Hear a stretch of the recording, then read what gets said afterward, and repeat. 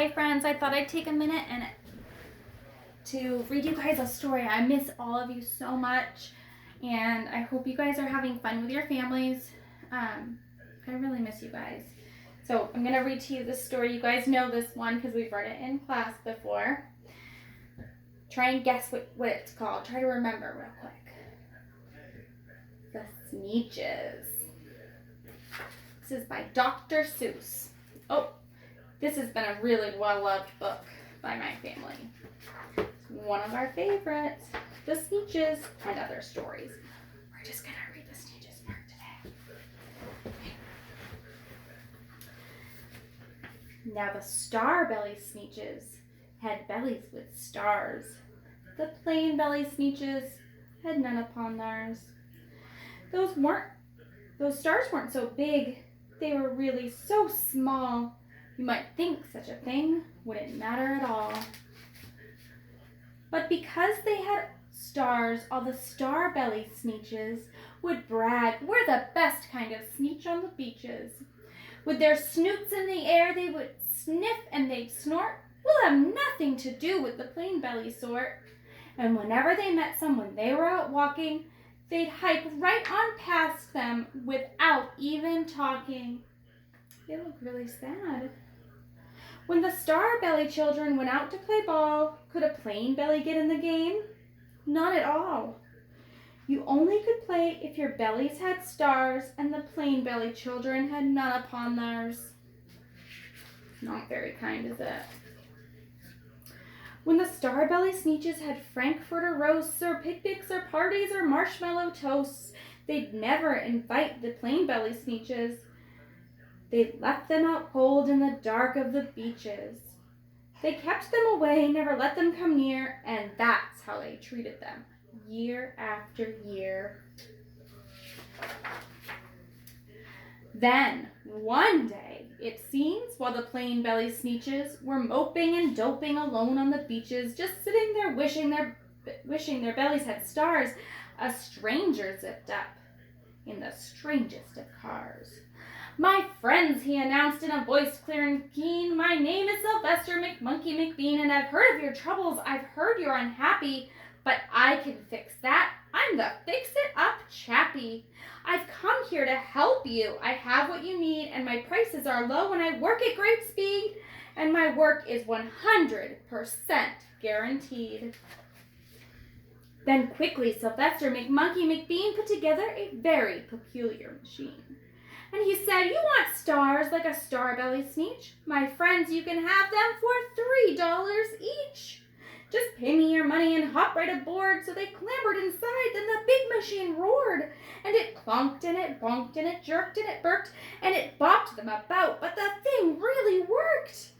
When the plain-belly Sneetches popped out, they had stars. They actually did. They had stars upon theirs. Then they yelled at the Sneetches, or at the ones who had stars at the start, "We're exactly like you now. You can't tell us apart. We're all just the same now, you snooty old smarties. And now we can go to your Frankfurter parties." "Good grief," groaned the ones who had stars at the first. "We're still the best Sneetches, and they are the worst. But now how in the world will we know?" they all frowned, "if which kind is what, or the other way round?"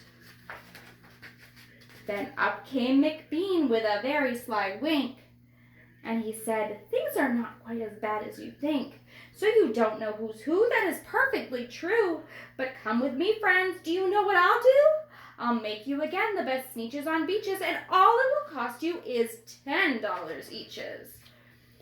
"Belly stars are no longer in style," said McBean. "What you need is a trip through my star-off machine. This wondrous contraption will take off your stars so you won't look like Sneetches who have them on theirs." And that handy machine, working very precisely, removed all the stars from their bellies quite nicely.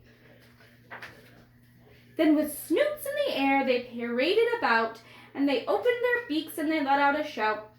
"We know who is who, now there isn't a doubt. The best kind of Sneetches are Sneetches without." Then, of course, those with stars all got frightfully mad. To be wearing a star now was frightfully bad. Then, of course, old Sylvester McMonkey McMean invited them into his star-off machine.